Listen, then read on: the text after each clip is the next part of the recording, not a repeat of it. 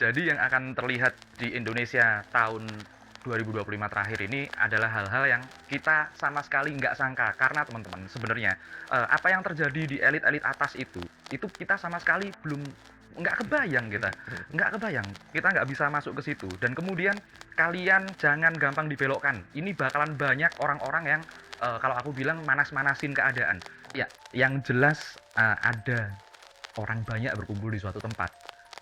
Tempatnya gede kok, gedungnya salah satu gedung yang ikonik. Kalian bisa cek nanti gedung apa kira-kira yang ikonik di Indonesia. Itu akan banyak massa yang berkumpul, bukan hanya di luarnya tapi di dalamnya.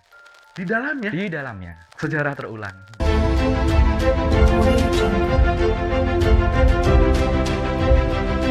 Apakah betul, Ki, yang namanya sejarah itu pasti akan terulang? Apapun jenis sejarahnya. Betul, betul. Semua jenis sejarah berulang ya. Aku bisa kasih satu fakta. Iya, silakan. Ki. Iya. Abang rasanya gitu. Iya kan? Ya, silakan. Ki. Nah, dulu waktu pergerakan Indonesia di awal-awal kemerdekaan ya, pada waktu Kongres Pemuda 1928 sampai 1945. Rengas dengklok ya. Rengas Dengklok, peristiwa-peristiwa rangkaian itu, BPU, PKI, dan lain sebagainya, itu ada satu tokoh kebanyakan dari Tanah Minang nih. Kayak Tan Malaka, yang sekarang lagi... Nah, sekarang ada Ferry Irwandi kan? Oh, iya. Nah, itu udah ada pengulangannya nih. Ada beberapa tokoh yang nantinya tokoh-tokoh pergerakan ini. Nah, aku juga butuh konfirmasi kalau Ki itu bukan panggilan buat sekedar dukun ya. Dulu ada Ki Hajar Dewantoro. Nah, Itu kan idolamu. iya betul. Iya. Dirimu pengen jadi seperti beliau kan? Iya, betul banget Bang. Sangat pengen jadi seperti itu. Lanjutkan. Nah, sekarang pola-polanya ini udah ada, pergerakan-pergerakannya ini yang dari pemuda-pemuda udah ada. Nah, makanya aku bilang tadi, Ibu Pertiwi sedang hamil tua. Nanti kita tunggu outputnya seperti apa. Aku sih berharap bagus ya, karena polanya harus seperti itu. Itu sih Bang. Langsung saja nih aku akan menuju ke ramalan-ramalan. Siap. Ki lihat bahwa Ibu Pertiwi sedang hamil tua. Artinya, dalam ramalanmu, 10 hari lagi setelah 9 bulan itu, apa yang terlihat? Oke. Jadi yang akan terlihat di Indonesia tahun 2025 terakhir ini adalah hal-hal yang kita sama sekali nggak sangka. Karena teman-teman sebenarnya apa yang terjadi di elit-elit atas itu kita sama sekali belum nggak kebayang kita. Nggak kebayang. Kita nggak bisa masuk ke situ. Dan kemudian kalian jangan gampang dibelokkan. Ini bakalan banyak orang-orang yang kalau aku bilang manas-manasin keadaan.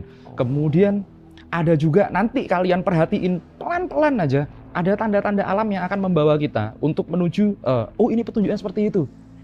Kemarin itu ada gempa di darat ya, di Bekasi dan Karawang itu, sebelum terjadinya demo ini, itu yang bergerak namanya Sesar Baribis Bang. Sesar Baribis ini nggak pernah gerak, udah ratusan tahun lah, udah nggak pernah gerak. Nah, kalian juga pelajari teman-teman, yang terjadi di era-era awal kemerdekaan Indonesia, dan kepemimpinan yang sekarang. Kalau aku bilang ya, kepemimpinan yang sekarang ini adalah kepemimpinan yang sedang mistis. Mistis itu adalah asal katanya kan dari mis, kabut. Mistis, banyak sekali kabut yang nggak dilihat oleh orang-orang di atas dan orang-orang yang ada di bawah. Ini yang nanti harus dijembatani. Jangan khawatir teman-teman, jangan khawatir teman-teman. Kalaupun ada apa ya yang sekarang terjadi ini ledakan-ledakan sosial di masyarakat, ini sebenarnya bukan dari kita pribadi. Semua orang yang menyuarakan keinginan pribadi itu akan menyuarakannya dengan baik dan benar. Tapi kadang-kadang memang harus ada shock terapi yang akan terjadi sekali lagi di bulan-bulan November dan Desember. Shock terapi lagi? Shock terapi. Shock terapi seperti apa yang Ki lihat? Karena aku lihat pola ya, selain aku melihat dari pandangan supranaturalku, aku juga lihat dari penciptaan kondisi. Kalau Abang boleh minta spesifik, apakah Ki juga melihat ada api, pembakaran, atau apa yang Ki lihat? Ya, yang jelas ada orang banyak berkumpul di suatu tempat. Tempatnya gede kok, gedungnya salah satu gedung yang ikonik. Kalian bisa cek nanti gedung apa kira-kira yang ikonik di Indonesia. Itu akan banyak massa yang berkumpul, bukan hanya di luarnya tapi di dalamnya. Di dalamnya? Di dalamnya, sejarah terulang. Ada 2 poin Ki yang abang pengen klarifikasi ke Ki ya. Aku coba Ki jawab dengan lugas. Ya. Ada seseorang atau mungkin juga beberapa kelompok yang memang menunggangi. Betul. Ini bukan Ki sebagai pakar politik, Bukan. tapi dari penglihatanmu sebagai seorang spiritual. Apakah benar seperti ini? Ya, ada yang menunggangi. Iya, 100% iya. Tapi di dalam hal penunggangan ini, kan ada suara rakyat juga Ki, sebenarnya bergerak dari hati nurani. Pertama yang menggerakkan demo ini ya, yang menggerakkan demo ini adalah giroh masyarakat. Giroh itu adalah keinginan masyarakat yang memang udah ngelihat ini udah nggak beres gitu. Ada something wrong. Entah itu memang dikondisikan atau enggak, tapi emang ada something wrong. Kita bisa lihat lah orang-orang, kalau orang-orang bilang masih baik-baik aja, ini ada yang gerakkan, enggak kok. Yang aku lihat bener-bener pandangan orang-orang aku lihat kan kelihatan ya auranya orang bang. Auranya orang-orang itu menyuram bang, bener-bener menyuram. Semua orang, rata-rata semua orang. Aku pun gitu. merasakannya sih. Ya kan. Penudukan kepalsuan orang-orang ini, berusaha so happy depan orang banyak. Betul ya? Betul sekali seperti itu. Lanjutkan.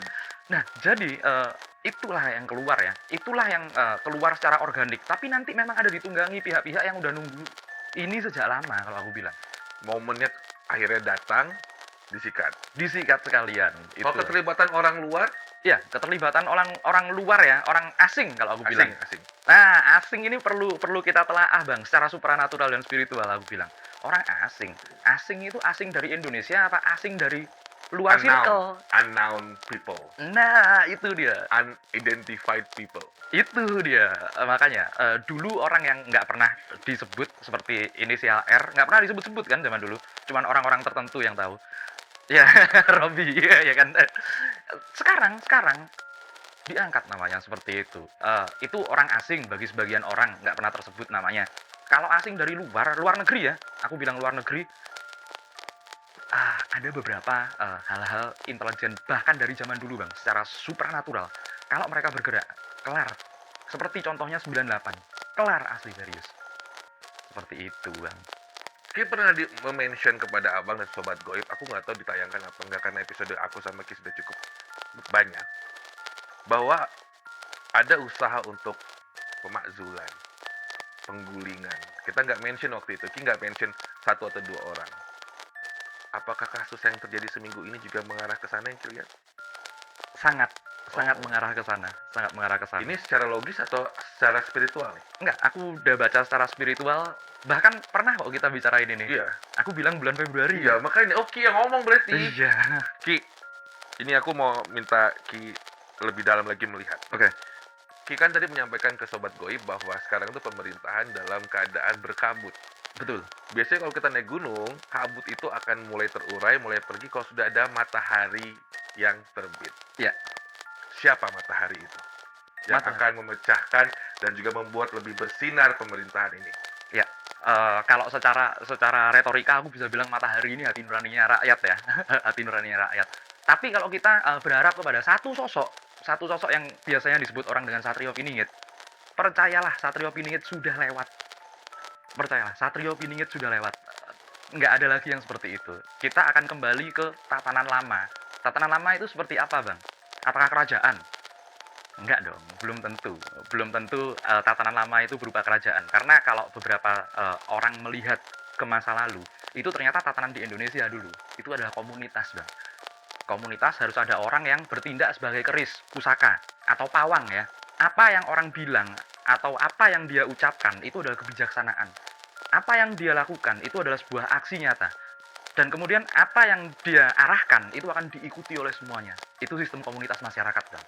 Seperti itu. Ini bukan tatanan negara ya, ini tatanan sosial kalau aku bilang. Jadi Ki nggak mau nyebutin orangnya siapa? Nggak akan ada. Sekarang yang di permukaan tokoh-tokoh, kita bisa sebut siapapun namanya, enggak. Kenapa aku bilang enggak? Gimana ya? Kalau kita di riset, ini adalah sistem dari buah dari sistem lama, Bang. Yang Ki lihat, aku langsung potong. Ya. Biar kita langsung sikat. Mataharinya terbit kapan? Agar yang berkabut ini mulai sirna. Iya, mataharinya terbit kapan kan? Harus tenggelam satu dulu, Bang. Yang kemarin Ki bilang, ini ada 2 matahari sekarang. Iya, iya itu. Harus tenggelam satu dulu. Maksudnya di penjara satu dulu. Ya udah langsung sikat aja, gitu maksudnya. Iya. Kalau yang satu ini sudah di penjara, misalkan sudah bermasalah, maka yang ini bersinar. Betul. Jadi matahari itu si orang inilah. Yang sesungguhnya udah ada. Harusnya sudah ada sekarang, tapi karena matahari. Merinding gue. Pembahasan apa ini? Nih, abis ini aku jelasin sedikit, Bang ya. Iya, sama sesuatu. Kalau matahari itu kembar ya kan, yang satunya harus diadili. Aku sebutkan sekali lagi diadili, karena diadili itu adalah keadilan ya, keadilan masyarakat ya. Kalaupun orang baik diadili ya, outputnya akan baik. Keadilan, namanya keadilan. Ya. Seperti sila kelima Pancasila, keadilan sosial kan. Nah, kita bisa lihat nih di sini nih, satu pola nih. Ini adalah pola dari Raja Majapahit terakhir yang konfliknya sedang kecil. Ini Majapahit. Ini tahun ya Ki? Iya, betul. Ini tahun secara Masehi ya. Majapahit. Kemudian ini adalah keruntuhan Majapahit. Majapahit runtuh ini di tahun 1527 ini. Nah, ini adalah tahun kita di tahun Suro, tahun Hijriah yang sekarang ya, Bang. Ini yang sekarang. Mungkin teman-teman Bang Robi juga pernah dengar namanya Sabdo Palon? Aku jujur belum. Belum pernah dengar ya? Mohon diajarkan Ki. Siap. Sabdo Palon itu adalah tokoh secara kalau aku bilang secara fiksi ya. Tapi Sabdo Palon ini pernah bilang setelah 500 tahun 500 tahun Majapahit runtuh, maka akan dikembalikan lagi ke tatanan-tatanan masyarakat yang seperti ini. Oke, kita bisa perdebatkan apakah tokoh Sabdo Palon ini seperti apa. Tapi ini 2 tahun ini, kalau ditambah 500 tahun, ini jadinya adalah 1974. Kita perlu tahu di sini ada peristiwa apa di Indonesia. Banyak kok. Kalau kita Google, ini banyak peristiwa yang terjadi di sini. Siapa yang lahir, kemudian enggak ya, ini enggak ada hubungannya sama Satrio Piningit ya. Siapa yang lahir, peristiwa apa yang menentukan kebijakan arah Indonesia, dan kemudian ini.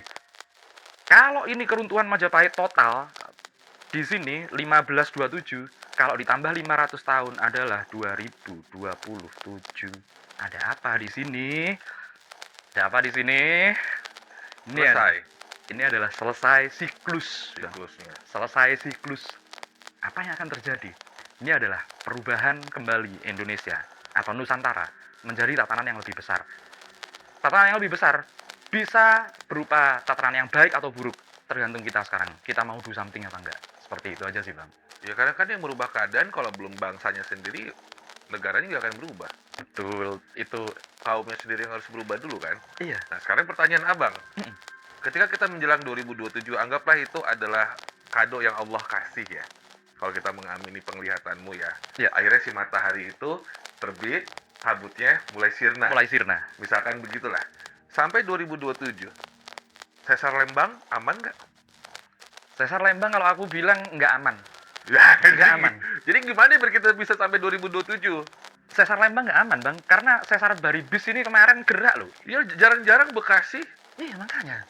Gempa di darat itu berapa persen sih? Itu dia terakhir berapa ratus tahun lalu itu Iki? Itu sekitar 400 tahun yang lalu, Bang. Aku Belum lahir saya. Nah, makanya sama. 400 tahun yang lalu, kemudian sekarang bergerak. Nggak mungkin ini nggak ada apa-apanya. Ini adalah salah satu pertanda bahwa, ini Bang ya, kalau aku boleh bilang pandangan secara supranatural. Terserah orang boleh bilang apa aja. Seolah-olah ini ya, seolah-olah kita ini yang kita lihat, ini ada alam semesta. Semuanya ini udah gemes Bang lihat kita. Semuanya ini udah bener-bener, ini orang maunya apa ya? Manusia ini maunya apa? Kalian nggak mau rubah? Aku muak lihat manusia-manusia seperti ini. Selesai, di reset kita. Tinggal tinggal diizinkan sama Allah aja selesai kita sebenarnya. Tapi ya moga-moga masih banyak orang baik lah ya. Ini sudah mulai menyenggol soal alam semesta nih. Aku pengen tanya sama Ki. Tadi kan Ki berbicara soal dua matahari ya. Tapi ini aku pengen coba kaitkan ke alam semesta. Kalau misalkan matahari sekarang sudah mulai terbitnya dari barat ke timur, berarti kan kiamat. Ya. Salah satu tandanya katanya kalau waktu udah terasa cepat sekali, itu adalah tanda menuju ke akhir zaman, Ya. kiamat ya Ki. Nggak kerasa banget kita sudah mau di akhir tahun sekarang. Apakah betul ini tandanya kita semakin mendekati Ki? Iya, itu ada kok di kalau aku bilang di beberapa riwayat dari alim ulama. Silakan. Dajjal muncul. Ada satu harinya yang terasa seperti 1000 tahun. Ada yang terasa seperti 10 tahun, 1 tahun dan 1 hari. Makin lama makin cepat.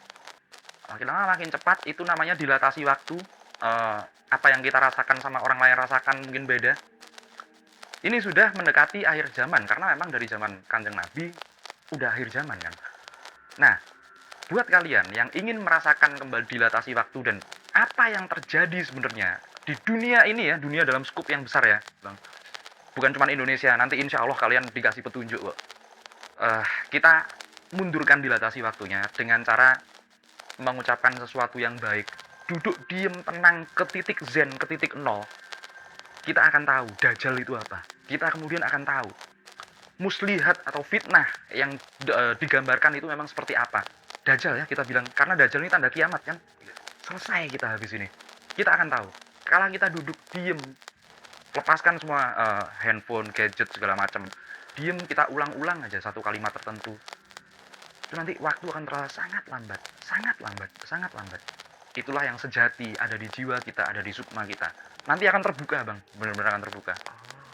Berarti kalau misalkan teman-teman bangun pagi, lalu kalian melakukan sebuah meditasi, jangan takut kalian dibilang teman-teman kalian menistakan agama Islam kita, karena Ki menyarankan itu juga. Meditasi kan bukan berarti kalian harus mengucapkan kalimat-kalimat dalam mungkin agama yang lain ya. Enggak. Karena intinya adalah fokus kepada zen kita. Betul. Dan itu bisa membantu kita lebih sehat dalam hidup ini. Bisa. Dan juga menemukan sesungguhnya yang tanda-tanda kiamat itu seperti apa Ki. Pasti nanti di fase tertentu kita akan menemukan cahaya. Jam berapa Ki menyarankan untuk bisa fokus? Kita nggak usah sebut meditasi lah. Untuk bisa merenungkan atau renungan suci ini ya. Ya. Ki nyaraninnya jam berapa? Kalau aku sarankan, nah itu tadi. Waktu kita kan udah kacau acak semua nih. Abang apalagi? Lanjut. Nah, saat kita udah merasa tenang, kita duduk aja. Itu nggak perlu lama. Duduk aja. Palingan kalau kita udah nggak ada komunikasi sama orang lain itu di atas jam 10 malam lah ya, jam 11 malam Menjelang lah ya. tidur ya. Menjelang tidur. Kita duduk diem aja. Mikir, tapi pikiran kita harus kita kosongkan ya. Jangan kita fokus ke satu titik. Ya. Kosongin aja. Kalau ada sesuatu yang datang, kosongin aja. Cahaya akan datang benar-benar.